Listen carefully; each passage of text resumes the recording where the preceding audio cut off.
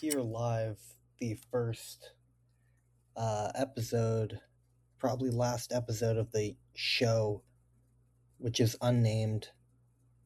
Um, Again, probably won't be named.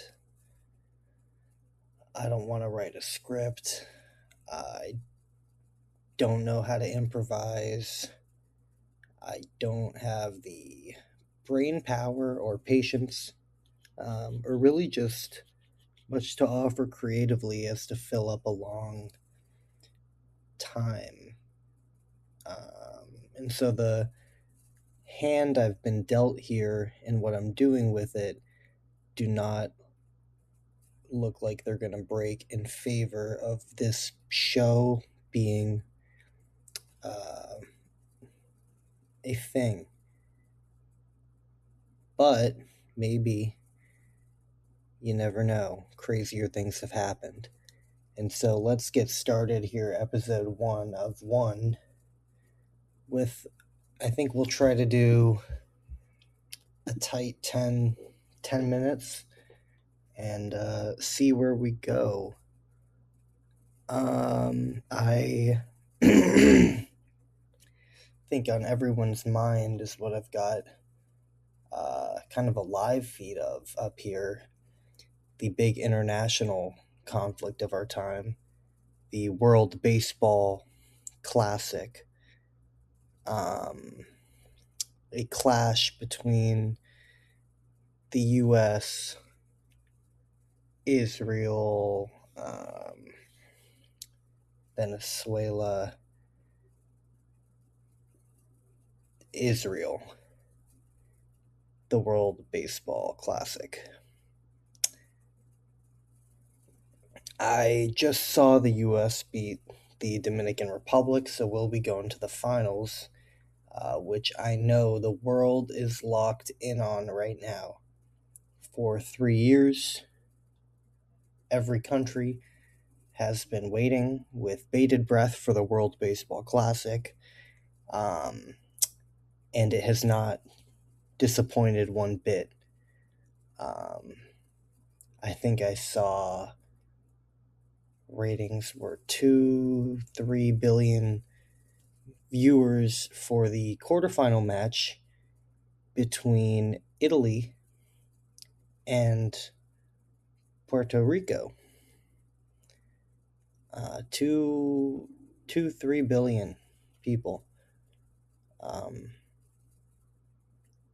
The other international, less important international issue on everyone's mind, after, of course, the World Baseball Classic, is Iran forcing Israel and the United States to attack it by being about to launch a nuke for 50 years. They were right about to do it for the last 50 years, and so the U.S. had no choice. Our God president had no choice when he told Trump he was ready to attack. Our God president Netanyahu, the president of the United States, gave the order, and the U.S. Army and the U.S. Commander-in-Chief followed suit. And we wiped out key targets. I heard 200 future terrorists, 200 little girls, future terrorists, every one of them. The U.S. eliminated with calculated tactical precision. Israel eliminated key economic assets. They blew up oil refineries and covered the city of Tehran of 10 million people who are all terrorists with oil rain and black smog that will give every one of those 10 million people cancer, so they all die. So by all accounts, it's been a great tactical victory. There's this whole Strait of Hormuz thing that's obviously a bluff, and it's looking like another feather in the cap of our God President of the United States, Benjamin Netanyahu, and his gimp, Donald Trump, who he definitely does not have recorded footage of raping little girls on Little St. James with Jeffrey Epstein and Bill Clinton. So everything's going well with Israel. We are trying to create greater Israel. And as we know, that's what America is all about. The United States, I think, whatever 7,000 years ago, our founding fathers got together and they said something like every man and woman and black person is free and equal, definitely. And Israel is more important than anything in our country. And everyone's equal except for brown, Arabic, Muslim people. I think that's what it wrote down, what they wrote down. And so we've developed this tradition in the United States, the oldest empire on earth, older than the Roman Empire, this tradition for 7,000 years, since essentially the beginning of the earth. The earth is 7,000 years old. Right after the flood, the United States, the founding fathers came together, wrote our Declaration of Independence from Great Britain, fought the Revolutionary War. Fast forward 7,000 years later of being the freest, most fair, just, happiest, successful, equal nation on earth for everybody, black people, women, everybody, except for Islam, Muslim, Arabs, who we, rightfully hate because they're terrorists, as it says in the Constitution. After 7,000 years, we have reached the point in the prophecy where we have the Jews, and I'm a Jew, proud to be Jewish, in Israel. And the Jews, so my ancestors, half of them stayed in Europe, and we lost them in the big war, Holocaust. And then half of them came to the United States. And the consensus among the survivors, the Jews here, was the horrors that happened to us. What happened to us and what I was taught in my Sunday school, Zionist Sunday school that I went to, that my parents sent me to, is that what happened to us, this horrible genocide that the world looked at and allowed to happen,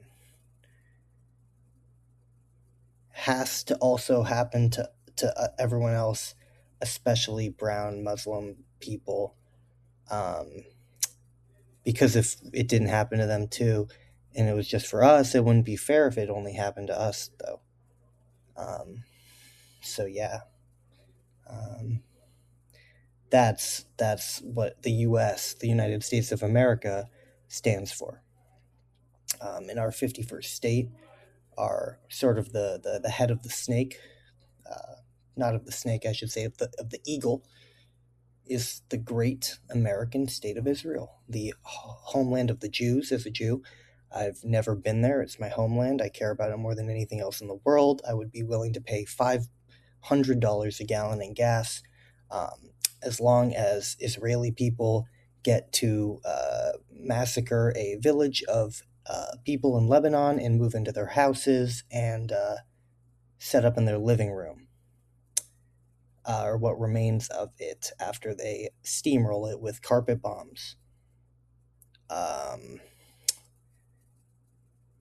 I dream of a world where that can happen, and I will sacrifice everything, all of my money as an American taxpayer, and so should you, to make sure that that can happen.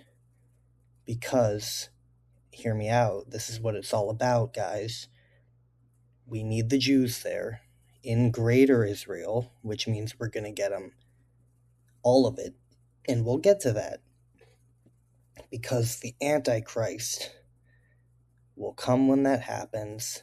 We'll fight him for a while, and then down will come Jesus, and he'll rule for 1,000 years of peace.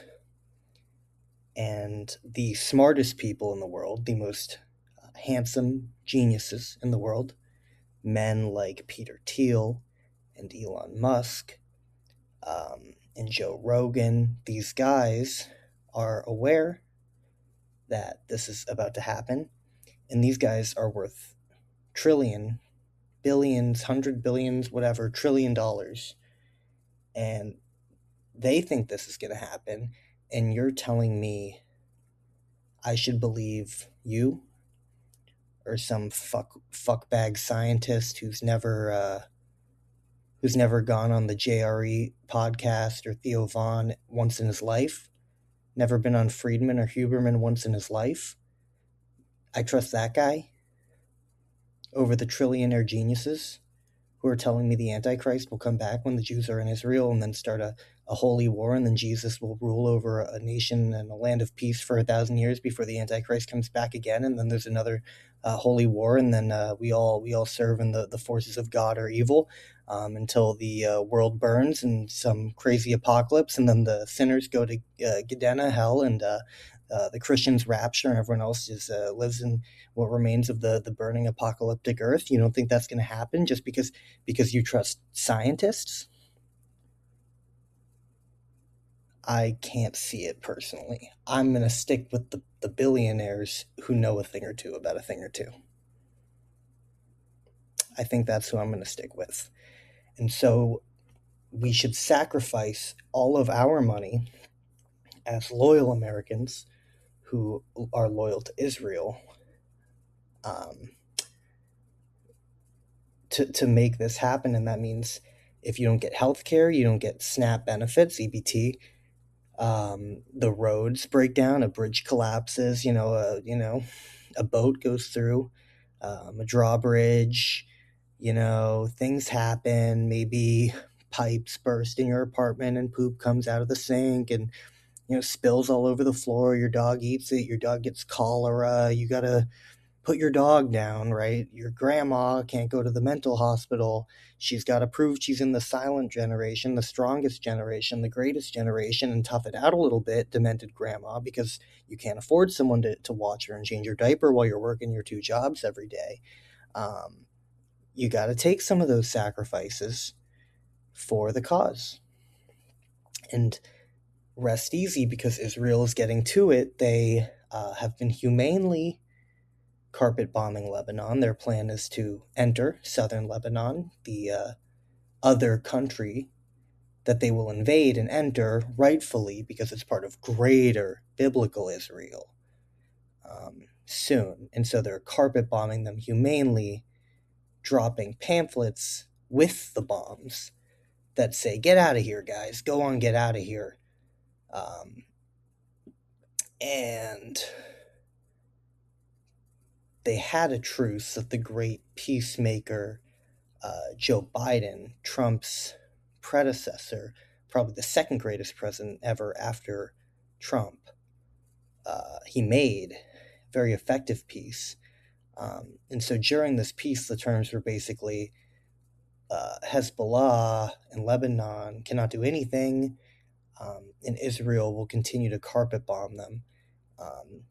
But now Hezbollah did something after the Iran strike, and now so Israel has to carpet bomb them, which they were doing anyway. And they're doing a great job. They're doing it humanely. They drop pamphlets. They say, "Get out of here." They say, go quick, get out of here. The bombs are coming. You got 5 minutes. Run, run, run. Very humane. They say, leave your cats, leave your dogs. Don't worry about them. They won't suffer. It'll be over in an instant. They won't be hungry. We'll take care of the cats and dogs. Just go, get out of here, get out of here. You'll get a new one. They're fungible at the end of the day, they say in the pamphlets that they drop.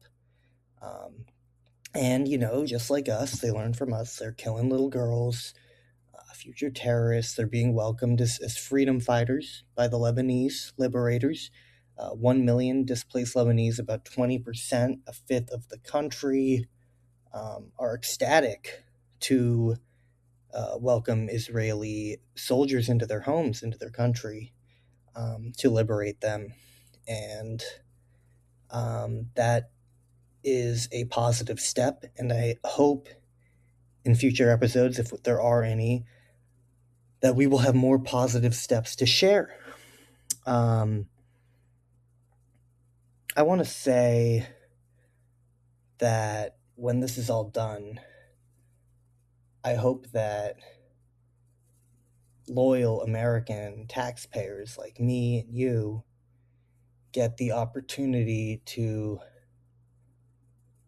go to this greater Israel once they've rightfully absorbed Iran and Iraq and Saudi Arabia and Lebanon and Jordan and Syria and Egypt and all these countries, Palestine, of course.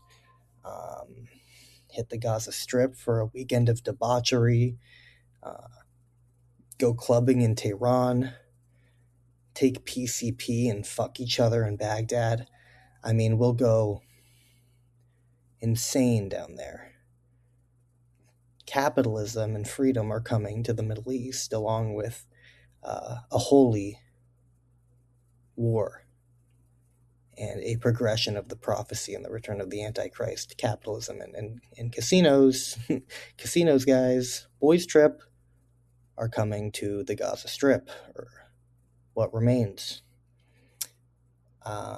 What Trump and Kushner will rebuild into a beautiful resort for college students to go to, the Gaza Strip spring break location.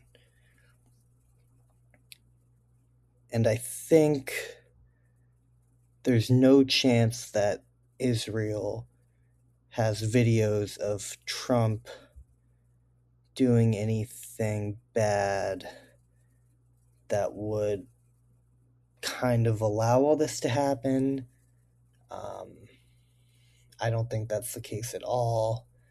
I don't buy any of these connections. We've seen that the Epstein files, they released them all unredacted. They've exonerated every Republican and incriminated every Democrat, as we expected, as we knew. Kash Patel should be given the Medal of Honor. He should be put into a tomb like the ancient Egyptian great pharaohs after they died. We should do that to him now while he's still alive. A great honor, and I think we should just really expedite the process. But that's how things are going in the Middle East. I know that you guys probably wanted me to talk more about the World Baseball Classic than that. And so I'm sorry that I got a little distracted by the Middle East. What else is there to say? I think I just want to end, we'll wrap things up here in a second, by saying know your leaders, recognize the leaders amongst us, right? In the 21st century, we've seen that truly the best amongst us will rise to the top. We've sent them to the top. Men like Trump, like Bibi, or our leader Bibi, J.D. Vance, Marco Rubio, Pete Hegseth, Stephen Miller, who's very hot. These guys are, when you see them, you think of great men. You think of Genghis Khan, Attila the Hun, Winston Churchill, Alexander the Great. When I see J.D. Vance, I think of Alexander the Great. Sorry about my phone notification there. Popping off on the dating apps. I am, I think, getting matches every day. I've never messaged any of them. I'm terrified of talking to not just women, but anybody. I will die alone, so will you, but we will die broke and happy as we watch Israel crusade through the Middle East. And we will die happy and alone, and we will go to heaven, uh, where the Judeo Christian God will tell us that for our sacrifices on earth, we will have the privilege of returning for the holy war against the Antichrist as angel fighters for our sacrifices during our lives. That is real. So don't worry. But yeah, speaking of, dating stuff, yeah, if you can emulate these guys, these great men, like JD Vance, who is, I believe, as of 2020, 6'2", and bearded. He grew 4 inches and developed a beard in his 40s, naturally, because he ascended. He did not do gender affirming care, which is for trans people. He did not do that. He just had a very late midlife spurt of growth and of facial hair. If only we could see the rest of his body. Am I right, guys? JD Vance's tight body.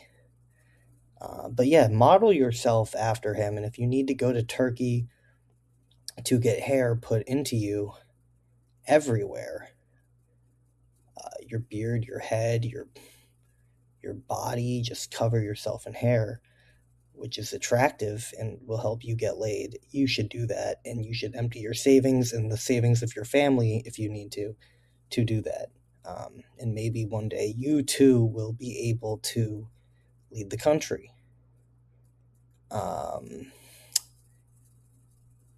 If that doesn't work out, you can always be gay.